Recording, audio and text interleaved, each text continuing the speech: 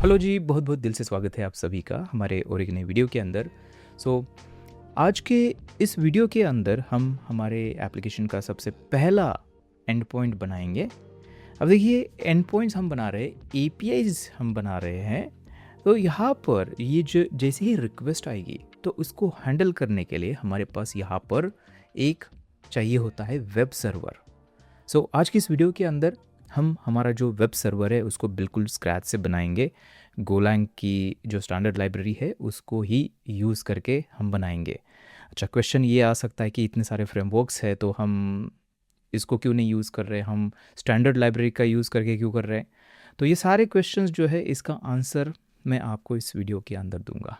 शुरू करते हैं। आगे हम हमारे कोड के अंदर यहाँ पर CMD के अंदर हमारे पास min.go फाइल हमने बनाई थी और ये सिंपल सा लॉग यहाँ पर किया था। अब हमें क्या करना है, इसको हटा देना है क्योंकि वो नहीं चाहिए। यहाँ पर हमारा जो गो का सर्वर है, वेब सर्वर, वो यहाँ पर हम बनाएंगे। अब वेब सर्वर बनाने के लिए ना हम गो के अंदर स्टैंडर्ड लाइब्रेरी के अंदर एक पैकेज है net/http, उसका हम यूज़ करते हैं। उसको यूज़ करने के लिए आप यहाँ पे लिखोगे http इस तरह से, और इसके ऊपर डॉट देके आपको बहुत सारी प्रॉपर्टीज़ और मेथड्स आपको दिखेगी। इसमें से हमें चाहिए वो है लिसन एंड सर्व, ये एक मेथड है। एंड यहाँ पर आप देख सकते हो कि listen and serve listens on the TCP network address. TCP network address मतलब हम बेसिकली एक HTTP सर्वर इसकी मदद से जो है हम बना सकते हैं।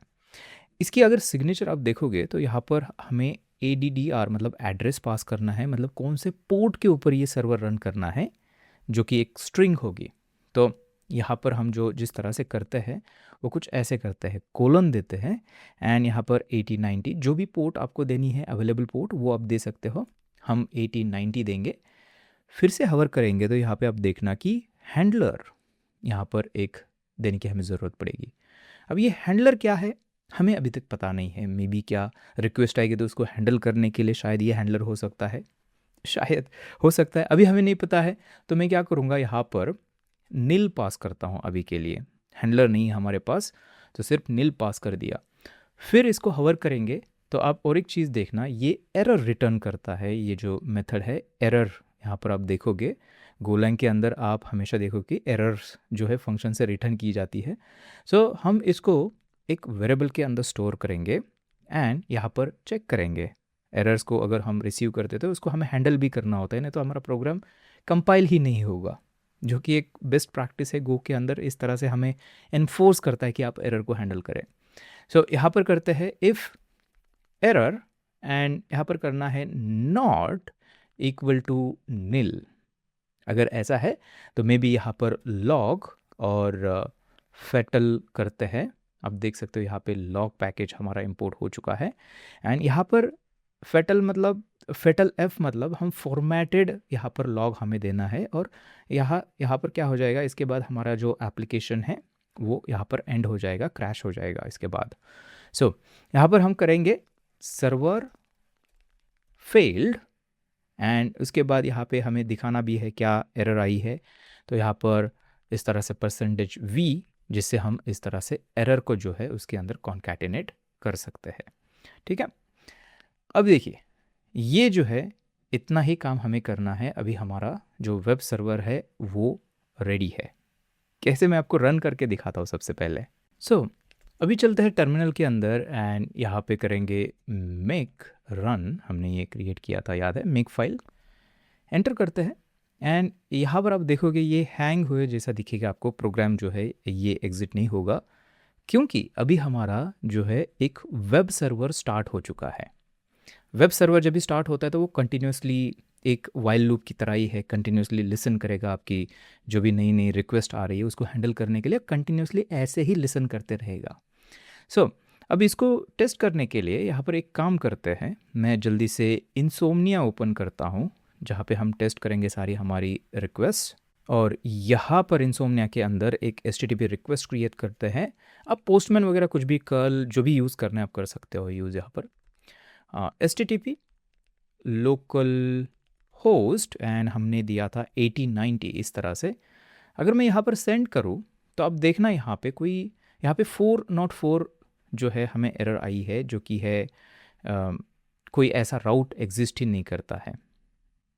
एंड जाहिर सी बात है, हमारा यहाँ पे कोई भी सर्वर अगर नहीं रहता है ना यहाँ पे, तो 404 हमें नहीं मिलता है। मैं आपको एक काम करता हूँ, यहाँ पे ना टर्मिनल के अंदर मैं स्टॉप करता हूँ सर्वर को, एंड इंसोम्निया के अंदर जाके अगर मैं आपको दिखा दूँ तो ये एरर दिखाएगा यहाँ पे, could not connect to server, क्योंकि सर्वर रन ही नहीं हो रहा है। लेकिन अगर सर्वर को रन करते हैं तो यहाँ पर देखना, हम सर्वर को रीच आउट तो कर रहे हैं, लेकिन सर्वर के ऊपर ऐसा कोई राउट, मतलब एक स्लैश राउट होता है ना, ये यहाँ पे कुछ भी मेंशन नहीं करते थे, होम राउट होता है, तो ऐसा राउट एग्जिस्ट नहीं करता है। उसकी वजह से ये हमें 404 यहाँ पर रिटर्न कर रहा है। इसका मतलब ये हुआ कि हमारा जो सर्वर है ये अप एंड रनिंग है। हमें बस अभी नेक्स्ट काम ये करना है कि हमें इसके अंदर कुछ राउट्स ऐड करने हैं, एंड पॉइंट्स ऐड करने हैं, जिसको हम एंड पॉइंट्स बोलते हैं, और उसकी मदद से हम हमारा जो भी डेटा गेट करना है सर्वर से या फिर सेंड करना है वो हम कर सकते हैं। सो हम क्या करेंगे, हमारा सबसे पहला जो राउट है उसको ऐड करेंगे, जो कि है हेल्थ राउट। किसी भी एप्लीकेशन के अंदर हम सबसे पहले हेल्थ राउट जो है उसको ऐड करते हैं, जिसकी मदद से हम हमारे कोई एक्सटर्नल सर्विसेज यूज़ करके हम हमारे एप्लीकेशन का हेल्थ जो है एक पर्टिकुलर इंटरवल के अंदर चेक कर सकते हैं। अब ये जो हेल्थ एंड पॉइंट होता है ना, इसका काम बस यही होता है कि वो हमें 200 स्टेटस कोड रिटर्न करे। अगर आपका एप्लीकेशन ऑलरेडी क्रैश हो चुका है तो वो 200 रिटर्न नहीं करेगा, तो वो जो एक्सटर्नल सर्विस होगी, ये जो एंड पॉइंट कॉल कर रहे हैं, वो हमें नोटिफाई करती है कि आपका सर्वर क्रैश हो चुका है। तो ये आइडिया है बेसिकली हेल्थ एंड पॉइंट की। तो मैं एक काम करता हूँ, यहाँ पर स्लैश हेल्थ ऐसे जी, यहाँ पर इस तरह से एक कन्वेंशन होता है कि ऐसे हम नेमिंग जो है हेल्थ एंड पॉइंट की रखते हैं। तो अब देखिए सेंड अगर करूँगा तो ये 404 दिखाएगा, क्योंकि ऐसा भी राउट कोई एग्जिस्ट नहीं करता है। तो एक काम करते हैं ना, सबसे पहले इसको ही बनाते हैं, ये हमारा सबसे पहला राउट। कोड के अंदर आते हैं एंड यहाँ पर सबसे पहले हमारा राउट ऐड करेंगे। तो अब राउट कैसे ऐड करते हैं, सबसे पहले सबसे सिंपलेस्ट तरीका मैं आपको दिखाऊंगा, जो कि है अगेन सेम जो पैकेज है इसको ही हम यूज़ करेंगे, HTTP। एंड इसके ऊपर आप देखना बहुत सारे मेथड, जैसे कि हमने देखा था, यहाँ पे एक मेथड आती है हैंडल फंक नाम से। इसको अगर करते हैं हम ऐड, तो अब देखना handle func registers the handler function for the given pattern. Given pattern क्या मतलब है इसका? इसका मतलब यहाँ पर आप इसकी सिग्नेचर देखना, सबसे पहले हम इसको पैटर्न देते हैं जो कि टाइप स्ट्रिंग का होता है। पैटर्न मतलब कौन सा राउट है हमारा, तो यहाँ पर हम करते हैं स्लैश हेल्थ, ये हमारा पैटर्न है। बट यहाँ पे और एक चीज़ हमें करनी है, जो कि है मेथड कौन सी है HTTP की। तो मैं यहाँ पे लिखूँगा, इस तरह से आपको देना होता है गेट, उसके बाद स्पेस देके जो भी आपका पैटर्न है वो आप लिखते हो। यहाँ पे अगर पोस्ट है तो पोस्ट इस तरह से आप लिखते हो। हमारे केस में ये गेट एंड पॉइंट है, तो हम इस तरह से गेट जो HTTP की मेथड है उस तरह से हम मेंशन करेंगे। अब देखिए यहाँ पर ना उस क्वेश्चन के ऊपर आते हैं जो मैंने शुरू में बोला था आपको, कि हम यहाँ पे कोई लाइब्रेरी, राउटर लाइब्रेरी वगैरह क्यों नहीं यूज़ कर रहे हैं, बहुत सारी एग्जिस्ट करती है। इसका रीज़न ये है कि गो का जो वर्जन है 1.22, अभी जो हम यूज़ कर रहे हैं वो 1.26 है अभी का, लेकिन जो 1.22 था उससे पहले क्या हुआ करता था, ये जो है ना, ये गेट इस तरह से मेथड वगैरह मेंशन करना, ये एग्जिस्ट नहीं करता था। और उसकी वजह से क्या करना पड़ता था, हमें मैनुअली हैंडलर्स के अंदर चेक लगा के चेक करना पड़ता था कि HTTP की मेथड अगर गेट है तो ये करो, पोस्ट है तो ये हैंडलर करो। इस तरह से बहुत ही मैनुअल वर्क हुआ करता था, और इसकी वजह से हम गोलैंग के अंदर external libraries, router libraries use करते थे। लेकिन गोलैंग 1.22 के बाद क्या हुआ है कि ये सारी चीज़ें अभी इनबिल्ट हो चुकी है। यहाँ पर इस तरह से हम मेथड भी मेंशन कर सकते हैं, या फिर बाद में हम देखेंगे कि पाथ के अंदर कोई डायनामिक पैरामीटर है, वो क्वेरी पैरामीटर है, वो भी हम यहाँ पर रिसीव कर सकते हैं बड़ी आसानी से। पहले ये नहीं था, और यही मेन रीज़न है कि हम यहाँ पर कोई भी हमें थर्ड पार्टी लाइब्रेरी यूज़ करने की ज़रूरत नहीं है सर्वर के लिए या फिर राउटर के लिए, क्योंकि ये स्टैंडर्ड लाइब्रेरी की अंदर जिस तरह से हम बनाते हैं ना, वो इनफ है हमें एक प्रोडक्शन रेडी सर्वर बनाने के लिए। इसलिए हम गो की जो स्टैंडर्ड लाइब्रेरी है उसको यूज़ करेंगे। ओके, सो अभी हैंडल फंक को देखते हैं, ये हमने पैटर्न ऐड कर दिया। नेक्स्ट क्या है, हैंडलर है। एंड हैंडलर देखिए बड़ा सिंपल है, एक फंक्शन है जिसके अंदर ये HTTP रिस्पॉन्स राइटर है एंड HTTP रिक्वेस्ट है। ठीक है, मैं ऐड कर देता हूँ। ये बिल्कुल वैसा ही है जैसे हम Express.js के अंदर अगर आपने काम किया है तो ऐसे ही करते हैं ना हम। यहाँ पे पैटर्न देते हैं और कॉल बैक देते हैं, तो एक तरह से ऐसे ही आप समझ लीजिए। यहाँ पे हैंडलर हमें देना है। गो के अंदर कुछ ऐसे हम करते हैं। तो ये हमारी फंक हो गई यहाँ पर। इसके अंदर क्या है, सबसे पहले तो रिस्पॉन्स राइटर है, तो W में इसको नाम देता हूँ एंड ये HTTP के ऊपर ही आपको मिलेगा रिस्पॉन्स राइटर इस तरह से। एंड रिक्वेस्ट हमें चाहिए, रिक्वेस्ट का टाइप एक बार देखते हैं। ये है HTTP रिक्वेस्ट का पॉइंटर है। ओके, सो इस तरह से हमने कर दिया यहाँ पर।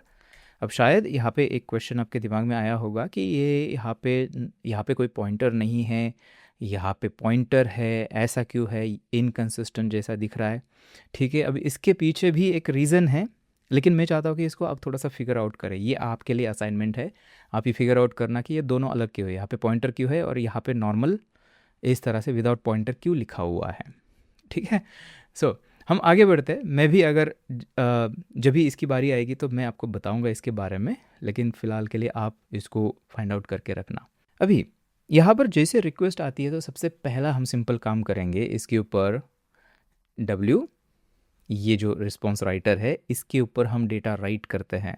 तो यहाँ पर मैं राइट मेथड कॉल करूँगा इसके ऊपर, एंड आप देखना ये क्या करती है। Right writes the data to the connection as part of an HTTP reply। Okay, यहाँ पर देखना, एंड इसके बारे में और भी चीज़ें आप डिटेल में पढ़ सकते हो। देखिए गोलैंग की यही एक खासियत है कि आपको डॉक्यूमेंटेशन पढ़ने के लिए और किसी वेबसाइट के ऊपर जाने की ज़रूरत नहीं पड़ती है। यहाँ पर इसके सोर्स कोड के अंदर ही आपको जो पूरा डॉक्यूमेंटेशन है वो मिलेगा। या तो हवर करके देख सकते हो या फिर कंट्रोल या कमांड प्रेस करके क्लिक करें इसके ऊपर, तो यहाँ पर आपको पूरा इसका डॉक्यूमेंटेशन पढ़ने को मिलेगा कि ये मेथड क्या करती है।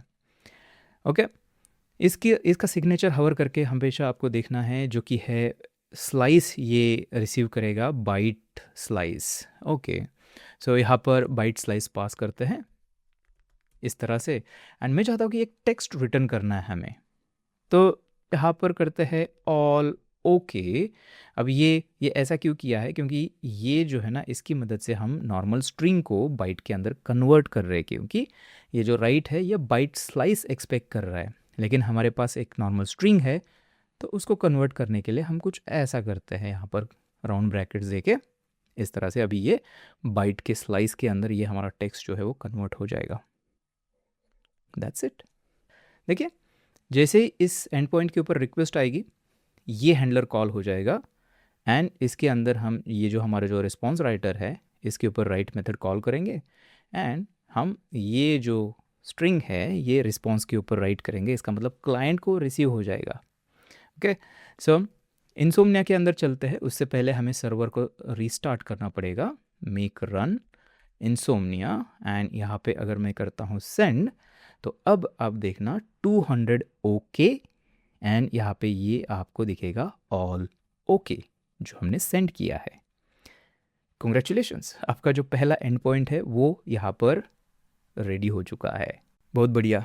बट रुकिए, यहाँ पर देखिए ये जो है ना ये आपको टेक्स्ट जैसा दिख रहा है ना। देखिए हेडर्स हम ओपन करेंगे, एंड हेडर्स के अंदर अगर आप देखोगे कंटेंट टाइप, तो ये आपको दिखेगा टेक्स्ट स्लैश प्लेन। इसका मतलब ये जो रिस्पॉन्स है ये एक प्लेन टेक्स्ट है, एंड हम बना रहे हैं जेसन एपीआईज। तो जेसन एपीआई के अंदर हम ऐसे प्लेन टेक्स्ट क्यों सेंड करेंगे? ये सेंड इसलिए कर रहा है क्योंकि डिफ़ॉल्ट सेटिंग वही होती है कि रिस्पॉन्स का टाइप जो होता है प्लेन टेक्स्ट होता है, लेकिन हमें चाहिए जेसन रिस्पॉन्स। तो जेसन रिस्पॉन्स रिटर्न करने के लिए हमें कुछ थोड़ा सा एक एक्स्ट्रा काम करना पड़ेगा यहाँ पर। सो वापस आते हैं कोड के अंदर, एंड यहाँ पर हमें आइडिया ये है कि रिस्पॉन्स हेडर्स के ऊपर, क्योंकि ये रिस्पॉन्स हेडर्स होता है, हेडर होता है, कंटेंट ये कंटेंट टाइप जो है ये एक रिस्पॉन्स हेडर होता है। तो रिस्पॉन्स हेडर के ऊपर हमें कंटेंट टाइप को चेंज करना है, हमें जेसन सेट करना है। तो जिस तरह से हम गोलैंग के अंदर करते हैं, ये जो सारे हेडर्स होते हैं ना उसका एक मैप गोलैंग स्टोर करता है। कहाँ पे स्टोर करता है? देखिए यहाँ पे अगर आप करोगे W, डॉट हेडर, इस तरह से मेथड को कॉल करोगे तो ये क्या रिटर्न करता है, ध्यान से देखना। यहाँ पे ये रिटर्न करता है http डॉट हेडर। क्या है ये, इसको अगर आपको देखना है तो कमांड या कंट्रोल दबाइए और इसके ऊपर क्लिक करिए, तो हम जो सोर्स कोड है उसके अंदर नेविगेट हो जाएंगे, स्टैंडर्ड लाइब्रेरी का सोर्स कोड। एंड इसके अंदर ये देखिए हेडर एक मेथड है जो कि एक हेडर टाइप रिटर्न कर रही है। अब ये हेडर टाइप क्या है, तो अगेन वही करिए, कंट्रोल कमांड, कंट्रोल या फिर कमांड, ठीक है, विंडोज़ के ऊपर है तो कंट्रोल, मैक के ऊपर है तो कमांड, एंड क्लिक करिए, दबा के रखिए, क्लिक करिए। तो अभी हम यहाँ पे आ जाएंगे और देखिए क्या टाइप है, ये हेडर टाइप है। बेसिकली ये एक मैप है, की वैल्यू पेयर है, जिसके अंदर स्ट्रिंग की है, वैल्यू की है। देखिए सिंपल है ना, की वैल्यू पेयर है और कुछ नहीं है हेडर। तो इसका मतलब गोलैंग क्या करता है, बिहाइंड द सीन जो सारे रिस्पॉन्स हेडर्स है उसको एक की वैल्यू पेयर के अंदर स्टोर करता है, और जब भी ये हम राइट करेंगे फाइनल रिस्पॉन्स एंड जब भी होगा तो सारे हेडर्स जो है वो सेंड हो जाते हैं। ओके, रिस्पॉन्स के अंदर रिस्पॉन्स हेडर से बेसिकली ये सेंड हो जाएंगे। तो हमें क्या करना पड़ेगा, इस हेडर मैप है ना, तो इसके ऊपर मैप गोलैंग के अंदर हम क्या करते हैं, उसके ऊपर वैल्यू सेट करने के लिए हमारे पास एक सेट मेथड होती है। तो सेट मेथड एंड यहाँ पे की हम देंगे जो कि हमारे केस में होता है कंटेंट टाइप, एंड इसकी जो वैल्यू है यहाँ पर देनी है जो कि एप्लीकेशन स्लैश जेसन। हम ऐसे करते हैं ना जेसन डेटा सेंड, अगर आपने बैकएंड के अंदर थोड़ा भी काम किया है तो ये आपको ऑलरेडी पता होगा। सेव करते हैं इसको टर्मिनल के अंदर, रिस्टार्ट, और इनसोमनिया के अंदर चलते हैं एंड करते हैं सेंड। एंड जैसे सेंड करेंगे तो यहाँ पर अभी देखना आप कंटेंट टाइप जो है एप्लीकेशन जेसन आपको दिखेगा, एंड प्रीव्यू अब देखो थोड़ा कलर चेंज हो चुका है, ये अभी जेसन स्ट्रिंग है, लेकिन ये जेसन स्ट्रिंग जैसी दिख नहीं रही है, राइट। एक कोई वैलिड जेसन नहीं है, ये जस्ट एक नॉर्मल स्ट्रिंग है। वैलिड जेसन कैसे होता है, की एंड वैल्यू पेयर्स हम सेंड करते हैं, राइट, करली ब्रैकेट्स के अंदर। तो वो हमें करना पड़ेगा सबसे पहले। तो एक काम करते हैं, हम हमारे कोड के अंदर आते हैं, यहाँ पे ये जो स्ट्रिंग सेंड कर रहे हैं ना, मैं इसको ऐसे कट कर लेता हूँ, एंड यहाँ पर मैं बोलूँगा कि जेसन कुछ ऐसे दिखता है, करली ब्रैकेट्स, इसके अंदर की होती है जैसे कि स्टेटस फॉर एग्जांपल मैं करूँगा, और एक वैल्यू होती है ओके फॉर एग्जांपल। अब ये तो सिंटैक्स एरर हो गया ना, डायरेक्टली ऐसा नहीं कर सकते, ये एक जेसन स्ट्रिंग है तो हमें क्या करना पड़ेगा, इसको स्ट्रिंग करना पड़ेगा। तो डबल कोट से अंदर डालेंगे तो क्या होगा, ये नहीं होगा। क्यों नहीं होगा, क्योंकि इसके अंदर भी डबल कोट्स है, तो डबल कोट्स के अंदर डबल कोट्स, ये यहाँ पर सिंटैक्स एरर हो जाता है। तो इसके लिए हम बैकटिक्स यूज़ करते हैं। अगर आप जावास्क्रिप्ट से आए हो तो बैकटिक्स क्या होता है ये आपको पता होगा। बैकटिक्स के अंदर हमने यहाँ पे क्या किया है, एक जेसन स्ट्रिंग हम यहाँ से रिटर्न कर रहे हैं, एंड अगर मैं यहाँ पर अभी इसको चेक करूँ तो अभी आप देखना ये एक प्रॉपर वैलिड जेसन हमें यहाँ पर रिटर्न हुआ है। और यहाँ पर हेडर्स के अंदर भी देखना एप्लीकेशन जेसन है, मतलब बहुत बढ़िया है, हमारा जेसन एंड पॉइंट यहाँ पर रेडी हो चुका है अभी, बहुत बढ़िया। अब यहाँ पर आप एक चीज़ यहाँ पर थोड़ी हम इम्प्रूव करेंगे। 200 यहाँ पर ओके दिखा रहा है जो कि बहुत बढ़िया है, ये डिफ़ॉल्ट बिहेवियर है। गेट रिक्वेस्ट जब भी करते हैं तो गोलैंग का जो सर्वर है हमें 200 स्टेटस कोड रिटर्न करता है। लेकिन मैं ये जो डिफ़ॉल्ट बिहेवियर है उसके ऊपर डिपेंड नहीं रहना चाहता हूँ, मैं अपना खुद का जो स्टेटस कोड है खुद सेट करना चाहता हूँ, क्योंकि ये हेल्थ एंड पॉइंट है और जो सर्विसेज इस एंड पॉइंट को कॉल करेगी वो बहुत डिपेंड होगी इस स्टेटस कोड के ऊपर। तो फ्यूचर में किसी चेंज की वजह से हम नहीं चाहते कि हमारा स्टेटस कोड चेंज हो जाए, फिर वो सर्विस जो इंटीग्रेशन है वो ब्रेक हो जाए। तो हम एक्सप्लिसिटली इसके अंदर जो स्टेटस कोड है वो सेट कर सकते हैं। सो उसके लिए क्या करना पड़ेगा, हमें वापस आते हैं यहाँ पर, एंड यहाँ पर ना हम एक काम करते हैं W, एंड इसके अंदर अभी हमें जो मेथड कॉल करनी है राइट हेडर। अभी मैं बताऊंगा आपको यहाँ पे राइट हेडर ऐसी मेथड क्यों कॉल करनी है, इसके बारे में हवर करके आप रीड भी कर सकते हो कि this method sends an HTTP response header with the provided status code.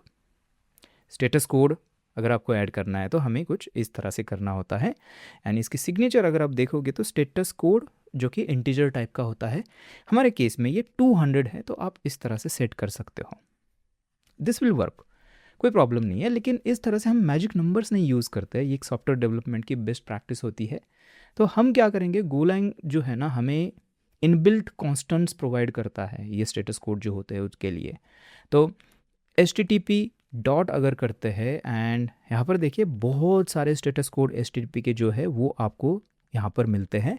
तो हमें देखना है ओके वाला, तो ओके टाइप करोगे ना स्टेटस ओके आ जाएगा। देखिए इसको हवर करिए तो ये देखिए आप देखना सेम है, वो इंटीजर ही है, 200 है, लेकिन एक तरह से ये कांस्टेंट है, हमें इनबिल्ट मिल जाता है तो हम इसको यूज़ करेंगे।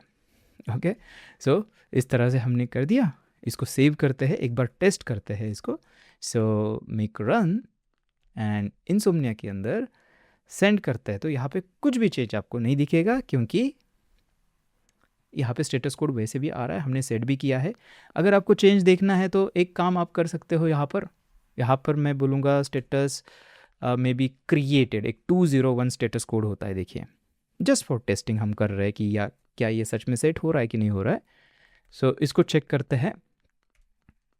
देखिए यहाँ पर इनसोम्निया के अंदर हेल्प करते हैं तो अभी देखना 201 क्रिएटेड यहाँ पर स्टेटस कोड। इसका मतलब ये जो है स्टेटस कोड हमारा काम कर रहा है बहुत अच्छी तरीके से। मैं इसको वापस करता हूँ एंड वापस यहाँ पर चल के रिस्टार्ट करते हैं एंड इनसोम्निया के अंदर इसको फिर से करते हैं तो अभी 200 स्टेटस कोड। बहुत बढ़िया, अभी हमारा एंड पॉइंट सही तरीके से रेडी है और इसको हम थर्ड पार्टी सर्विसेज के अंदर इंटीग्रेट कर सकते हैं और ये हमारे एप्लीकेशन का जो स्टेटस है वो रिटर्न करते रहेगा। ओके सो अभी वापस चलते हैं हमारे कोड के अंदर। ये एंड पॉइंट हमारा रेडी हो चुका है, बट जिस तरह से ये एंड पॉइंट हमने लिखा है ना, ये गो के अंदर बैड प्रैक्टिस मानी जाती है। अब बोलोगे अभी बैड प्रैक्टिस क्यों है, ये सही तो लग रहा है, इसके अंदर क्या दिक्कत है, बताता हूँ मैं आपको। देखिए हमने जिस तरह से HTTP पैकेज के ऊपर ये हैंडलर ऐड किया है ये प्रॉब्लमेटिक है। क्यों ऐसा है, इसको समझने के लिए हमें क्या करना पड़ेगा, हमें ये जो हैंडल फंक है ना इसके अंदर थोड़ा सा डीप में जाना होगा और देखना होगा कि वो बिहाइंड द सीन क्या कर रही है। तो आप जा सकते हो गो के अंदर, कोई दिक्कत नहीं, कंट्रोल विंडोज़ के ऊपर और या फिर मैक के ऊपर कमांड दबाइए, क्लिक करिए, आप आ गए यहाँ पर। देखिए ये फंक्शन है एग्जैक्टली पैटर्न और हैंडलर हम पास कर रहे थे ना, यही वो फंक्शन। अब यहाँ पे ये यूज़ 121 जो है ना, ये पुराना बैकवर्ड कंपैटिबिलिटी है, उसको आप इग्नोर करिए। यहाँ पर आप देखना डिफ़ॉल्ट सर्व मक्स डॉट रजिस्टर और एग्जैक्टली वो जो पैटर्न हमने ऊपर पास किया है वो, और जो हैंडलर हमने पास किया है वो, इसके अंदर हम पास कर रहे हैं। इसका मतलब क्या हुआ कि ये जो फंक्शन है ना और कुछ नहीं कर रही है, ये जस्ट एक शॉर्टकट है बिहाइंड द सीन, ये इसको कॉल कर रही है, डिफ़ॉल्ट सर्व मक्स रजिस्टर। डिफ़ॉल्ट इसके नाम के अंदर है डिफ़ॉल्ट, इसका मतलब ये एक डिफ़ॉल्ट सर्व मक्स यूज़ करती है। अब दूसरा क्वेश्चन ये आएगा कि अब ये सर्व मक्स क्या है। सर्व को थोड़ी देर के लिए भूल जाइए, मक्स के बारे में सबसे पहले समझते तो सारी चीज़ें आपके लिए क्लियर हो जाएगी। मक्स क्या होता है, मक्स जो है ना ये एक्चुअली कॉन्सेप्ट आई है इलेक्ट्रॉनिक्स से, नेटवर्किंग इलेक्ट्रॉनिक्स, उसके अंदर हम मक्स या फिर मल्टीप्लेक्सर जिसको हम बोलते हैं वो मक्स होता है। ठीक है, अब यहाँ पर देखिए मेरे पास एक डायग्राम है, यहाँ पर रिक्वेस्ट आ रही है, बहुत सारी रिक्वेस्ट हो सकती है। अब इसके बीच में हमारा मक्स बैठा हुआ है, मल्टीप्लेक्सर बैठा हुआ है। एंड यहाँ पर देखिए सबसे पहले तो ये समझते हैं कि मल्टीप्लेक्सर का काम क्या होता है इन जनरल, गो के अंदर नहीं है ना, नेटवर्किंग इलेक्ट्रॉनिक्स के अंदर मल्टीप्लेक्सर का काम होता है, एक इनपुट रहेगा, एक इनपुट और उसके मल्टीपल डेस्टिनेशंस हो सकते हैं। देखिए एक रिक्वेस्ट आती है और यहाँ पर हमारे पास अलग अलग हैंडलर्स है, मतलब जो फंक्शंस हमने पास की थी कि अगर ये एंड पॉइंट है स्लैश हेल्थ है तो ये वाला हैंडलर जो है कॉल करना, स्लैश यूज़र्स है तो ये वाला हैंडलर कॉल करना, और कोई एंड पॉइंट है तो ये वाला हैंडलर कॉल करना। इसका मतलब जो भी हम राउट का जो पैटर्न हम पास कर रहे हैं उसके ऊपर ये डिसीजन लेता है कि कौन सा हैंडलर इसको कॉल करना है।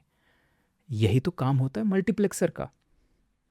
तो ये हमारा मल्टीप्लेक्सर है और ये जस्ट रिक्वेस्ट को पैटर्न देख के वो कौन सा हैंडलर कॉल करना है ये काम करता है। अब ये कुछ याद आ रहा है अब इसका काम देख के कुछ तो याद आया होगा, ये राउटर जैसा लग रहा है। हाँ, ये राउटर ही है, लेकिन गो के अंदर इसको थोड़ा सा फैंसी नाम दिया हुआ है। राउटर की जगह हम बोलते हैं इसको मक्स या फिर मल्टीप्लेक्सर। कुछ नहीं है, ये जस्ट राउटर है। जैसे कि अपने नोड जेएस के अंदर या फिर किसी भी लैंग्वेज के अंदर जो राउटर आप बनाते हो, वही गो के अंदर होता है मक्स।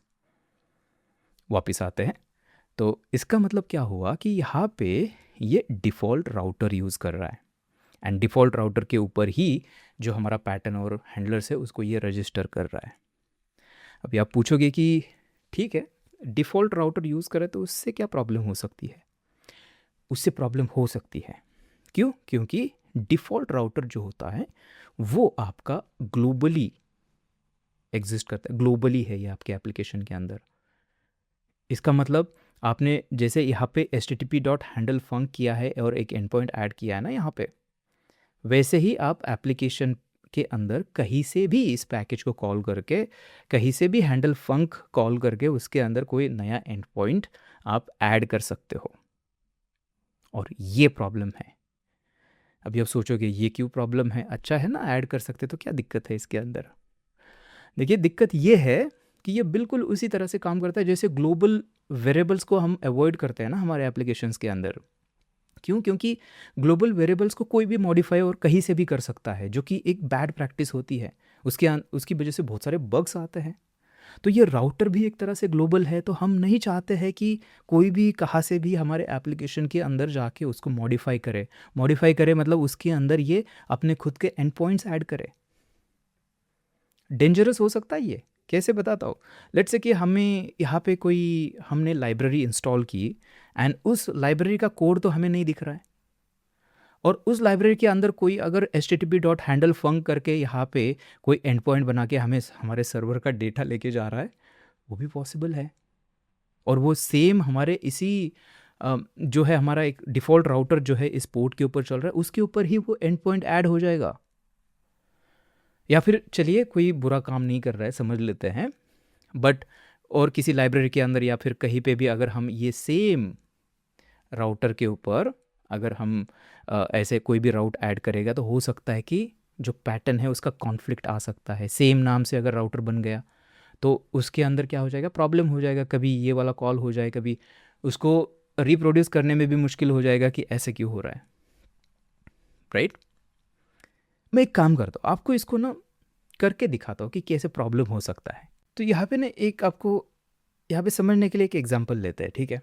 और कहीं दूर जाने की ज़रूरत नहीं है। इसी पैकेज के अंदर ये जो नेट HTTP है, यहाँ पे हमारे पास एक प्रोफाइलिंग का एक पैकेज हमें मिलता है pprof नाम से। अगर हमें प्रोफाइलिंग करनी है तो इसका हम यहाँ पर यूज़ कर सकते हैं। तो मैं क्या करूँगा, इसको ऐसे करता हूँ, और इसको हम डायरेक्टली कॉल नहीं कर रहे, जस्ट हमें इसको इंपोर्ट करना है ताकि वो इनिशलाइज हो जाए बिहाइंड द सीन। तो हम गोलैंग के अंदर ऐसे अंडरस्कोर यहाँ पर लिखते हैं। Okay, that's it. इतना ही किया है। अभी मुझे pprop का कोड कहीं पे दिख रहा है क्या? नहीं दिख रहा है। पता नहीं ये बिहाइंड द सीन क्या कर रहा है।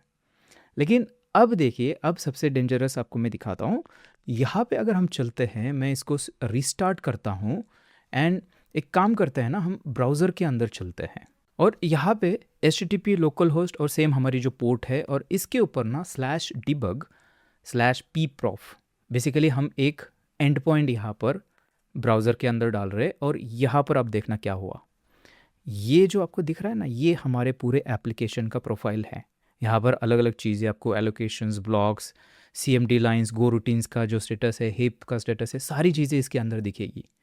और ये जो हमने यहाँ पे ऐड किया /debug/pprof, ये क्या है? ये एक राउट ही है ना, गेट रिक्वेस्ट जा रही है।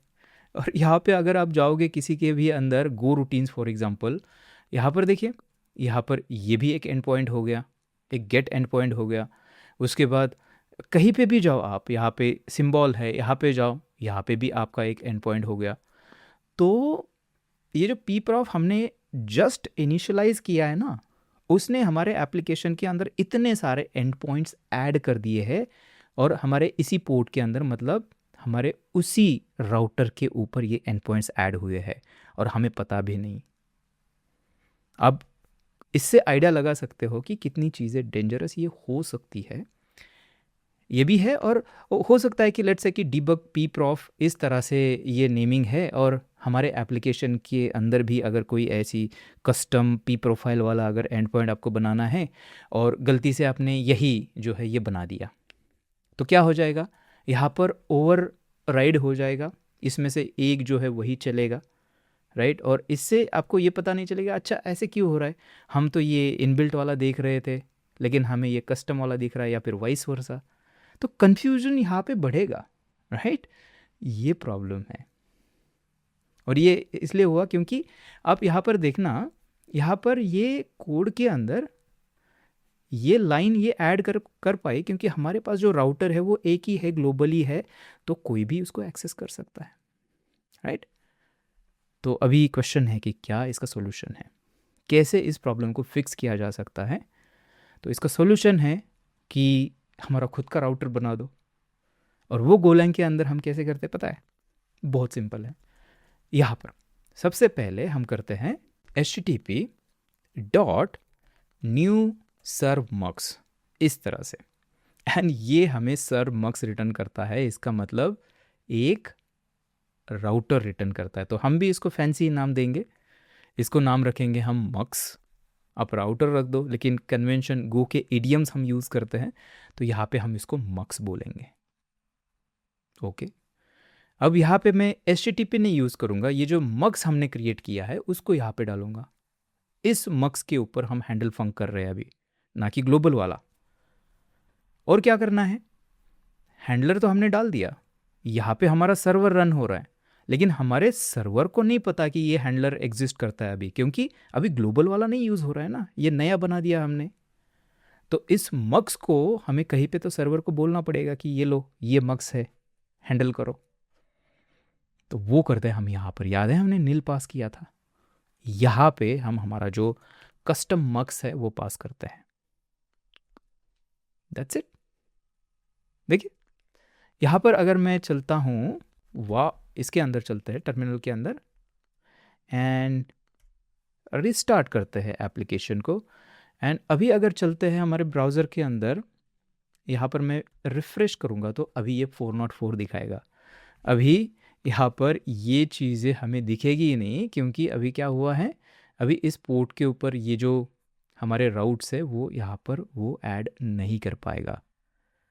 अब जो भी आपको दिखेगा वो यहीं पे दिखेगा, जो आप खुद ऐड करोगे, आपका खुद का ये मक्स हो गया।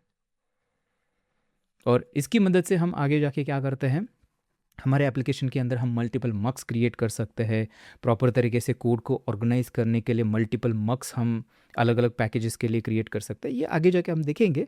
बट अभी के लिए ये जो है ना, ये बेस्ट प्रैक्टिस है, खुद का एक सर्व मक्स बनाना, खुद का एक राउटर बनाना। अब यहाँ पे शायद एक क्वेश्चन आपके दिमाग में आया होगा कि देखिए, लिसन एंड सर्व जो है यहाँ पे तो सेकेंड पैरामीटर एक हैंडलर इसको चाहिए था, लेकिन हमने तो पूरा मक्स ही, राउटर ही पास कर दिया, तो ये कैसे काम कर रहा है। देखिए बड़ा सिंपल है, ये जो मक्स होता है ना, ये राउटर भी एक हैंडलर है, ये भी खुद एक हैंडलर है, और इस हैंडलर के अंदर ये मल्टीपल हैंडलर्स को स्टोर कर देता है, मतलब ये बाकी के हैंडलर्स जो ऐड करेंगे। और इसको अगर ज़्यादा टेक्निकली अगर सोचा जाए तो ये जो राउटर है आपका और यहाँ पे जो हैंडलर होना चाहिए था वो सेम इंटरफेस को इम्प्लीमेंट करते हैं, इसकी वजह से यहाँ पे पास कर सकते हैं। लेकिन ये इंटरफेस वाला अगर आपको थोड़ा सा कन्फ्यूजन लग रहा है, कोई दिक्कत नहीं, आगे जाके हम इसको और देखेंगे। बस अभी के लिए इतना ही समझ लीजिए कि मक्स जो है ना, ये भी एक हैंडलर है, इसकी वजह से यहाँ पे हम पास कर पा रहे हैं, और इसके अंदर ये बाकी के जो सारे हैंडलर्स हम ऐड करेंगे उसको स्टोर कर लेता है। ओके, चलिए अभी ये जो है ये जस्ट टेस्ट के लिए था, इसको मैं हटा देता हूँ। एंड ये देखिए, ये आपका जो एंड पॉइंट है अभी रेडी हो चुका है। ओके, यहाँ पे ना और एक चीज़ है जो हमें डिस्कस करनी चाहिए, उसकी वजह से बहुत सारे बग्स आते हैं। कौन सी, देखिए यहाँ पे ये जो हमने हेडर कॉल किया है, सेट कॉल किया है इसके ऊपर, उसके बाद ये जो राइट हेडर है, उसके बाद ये जो राइट है, इनकी ऑर्डर जो है ना ये बहुत मैटर करती है। आप ऐसा नहीं कर सकते हो, देखो यहाँ पे अगर हम ऐसा करते हैं, लेट्स से ये जो है इसको नीचे लेके आए, पहले राइट हेडर कर लिया, स्टेटस कोड ऐड कर दिया, उसके बाद ये ऐड किया, तो ये चलेगा नहीं। मैं आपको सबसे पहले तो रन करके दिखाता हूँ। देखिए यहाँ पर रन करते हैं इसको, और इनसोम्निया के अंदर चलते हैं, एंड मैं अगर सेंड करूँ यहाँ पर, तो आप देखना यहाँ पे क्या हुआ होगा। देखिए सेंड करते हैं, तो हेडर के अंदर चलते हैं, तो आप देखना कंटेंट टाइप जो है ना, टेक्स्ट प्लेन आपको दिखेगा, जो कि एप्लीकेशन जेसन होना चाहिए था ना, लेकिन ये टेक्स्ट प्लेन हो गया। तो इसका मतलब ये काम किया ही नहीं। क्यों ऐसे हुआ? ये इसलिए ऐसे हुआ क्योंकि जो राइट हेडर जो है ना, ये क्या करता है एक्चुअली बिहाइंड द सीन। मैं वापस इसको लेके आता हूँ। राइट हेडर एक्चुअली जो आपके हेडर्स है उनको सेंड कर देता है, फ्लश करना इसको हम बोलते हैं। मतलब रिस्पॉन्स के अंदर ये ऑलरेडी चले जाते हैं, और एक बार ऑलरेडी अगर चले गए, फिर उसके बाद यहाँ पे अगर आप नीचे कुछ भी सेट करोगे, ये जो सेट कर रहे हैं ना, ये हम जस्ट इन मेमोरी मैप के अंदर सेट कर रहे हैं। तो एक बार अगर हेडर्स चले गए तो फिर इसका कोई मतलब ही नहीं ना बाद में करके। इसलिए ये हम हमेशा पहले करते हैं। जो भी आपको हेडर सेट करने हैं वो सबसे पहले होना चाहिए। एंड राइट हेड जो है ना, ये आपके जो हेडर्स है उसको फ्लश कर देता है। HTTP रिस्पॉन्स जिस तरह से काम करता है ना, पहले हेडर्स चले जाते हैं, देन उसके बाद रिस्पॉन्स की बॉडी चली जाती है जो डेटा सेंड करना है। तो यहाँ पे हम हेडर्स को सेंड कर रहे हैं, और ये जो है यहाँ पे हम रिस्पॉन्स के बॉडी को सेंड कर रहे हैं। ओके, अब यहाँ पे मैं इसको कमेंट कर देता हूँ। तो ये इसको हमने रन भी किया था, राइट, इसके बिना भी रन किया था, लेकिन फिर भी ठीक से सब चल रहा था। ऐसे क्यों हो रहा था? यहाँ पे हम स्टेटस सेट भी नहीं कर रहे थे, लेकिन फिर भी ये सेट हो रहा था।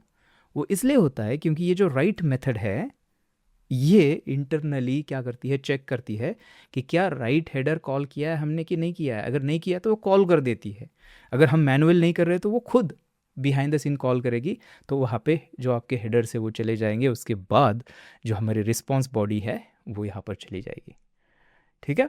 सो ये एक छोटी सी चीज़ है, लेकिन आपके एप्लीकेशन के अंदर बग्स बहुत बार आते हैं, उसकी वजह से ये ऑर्डर बहुत ज़्यादा ज़रूरी है इनकी।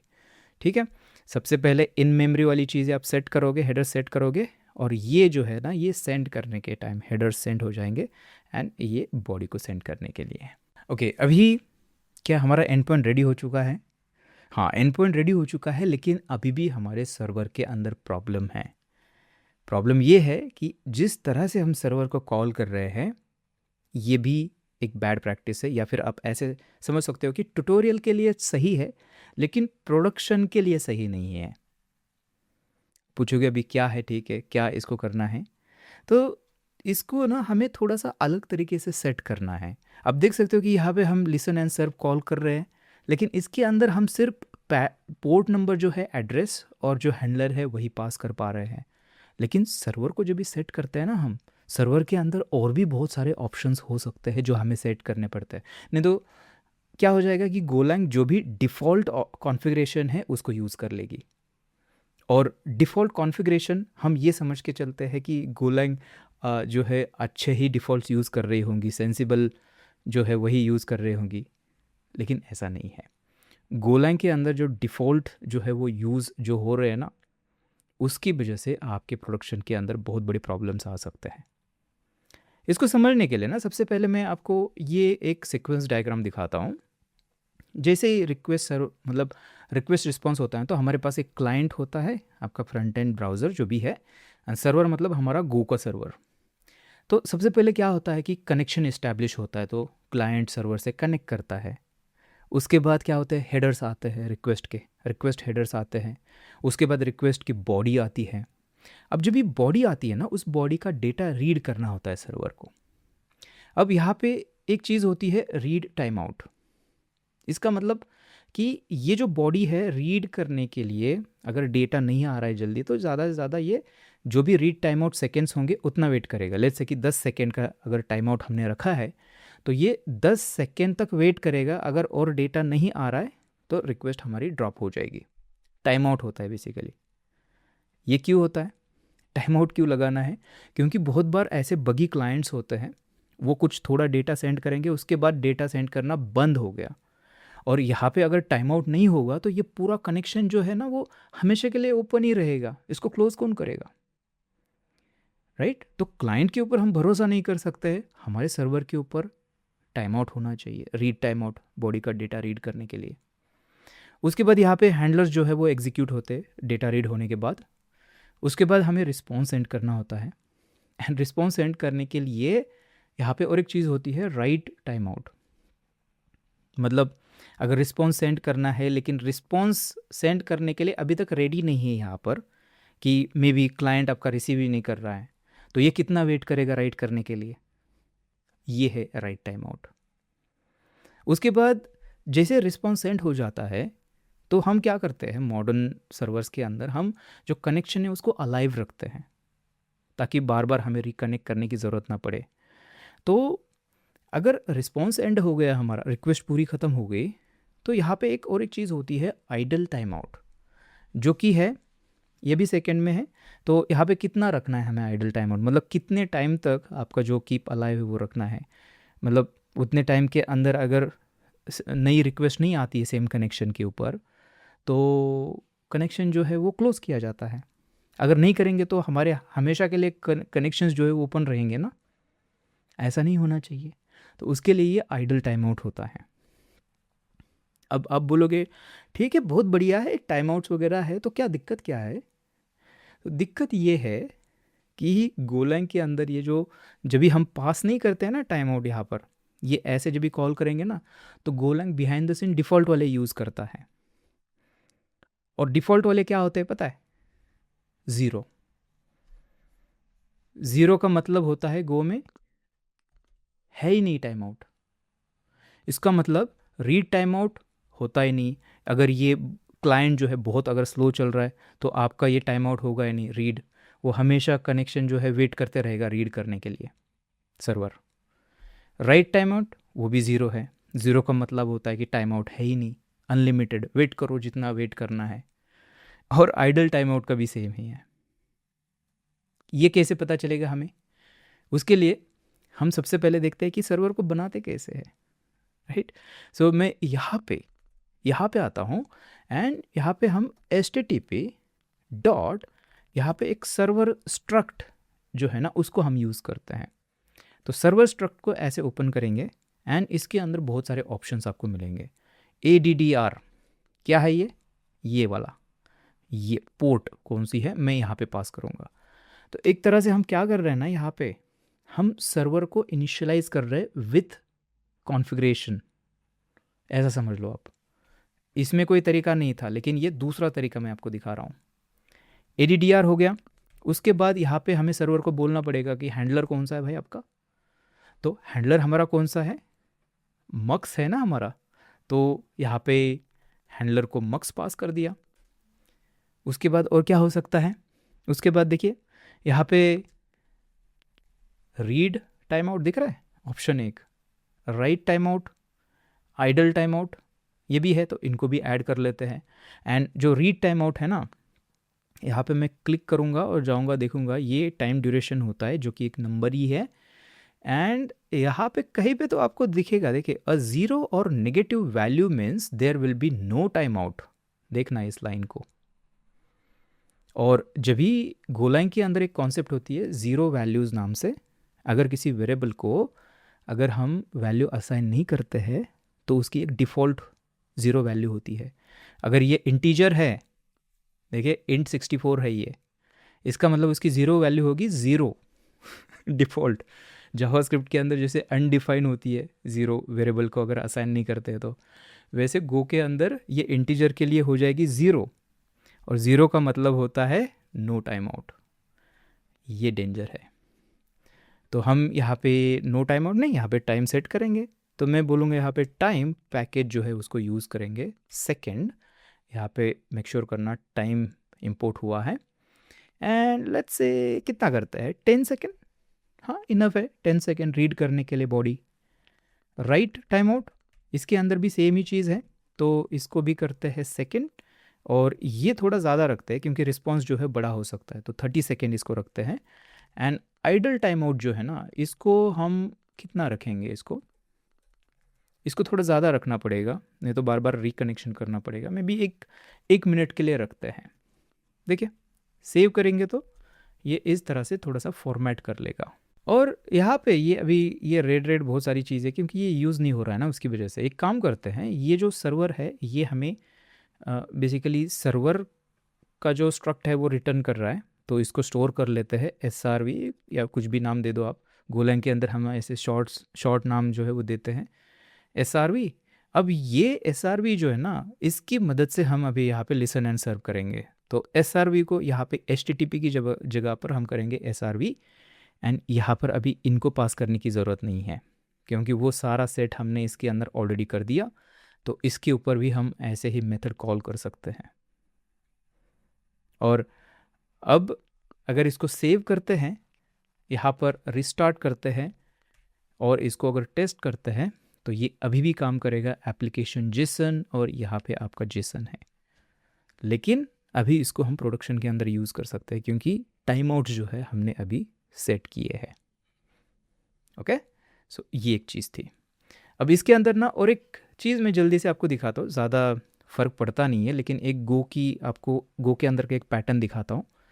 जब भी कहीं पे भी आपको ऐसे एक सिंगल वेरिएबल रिटर्न हो जाए और वो अगर एरर है ना, तो उसको ऐसा करने की जगह इसका एक शॉर्टकट भी है।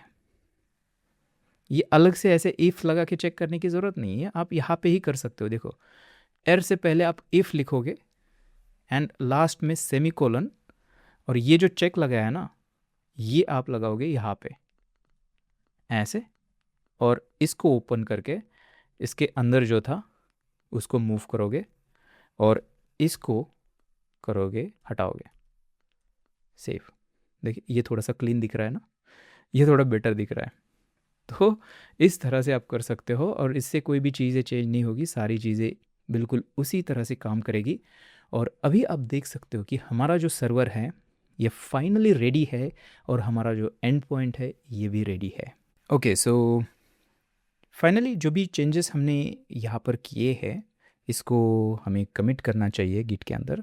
सो यहाँ पर ऐड करके, स्टेज करके, यहाँ पर करते हैं ऐड सर्वर, और इसको करते हैं कमिट। ठीक है, ब्रांच को हम बाद में पब्लिश करेंगे, बट अभी के लिए हमने कमिट किया, जो कि अच्छी प्रैक्टिस है। अब यहाँ पे ना जाते जाते एक चीज़ बताता हूँ आपको। देखिए, ये जो पोर्ट नंबर हमने जिस तरह से लिखी है ना, ऐसे हम प्रोडक्शन के अंदर नहीं करते हैं। क्यों? क्योंकि ये यहाँ पर हमने हार्ड कोड किया है इसको। अब लेट्स से कि प्रोडक्शन के अंदर इसको हमें चेंज करना है, या फिर बहुत बार आपकी प्रोडक्शन के अंदर ये डायनामिक होती है, तो इस तरह से हम इसको हार्ड कोड नहीं कर सकते हैं।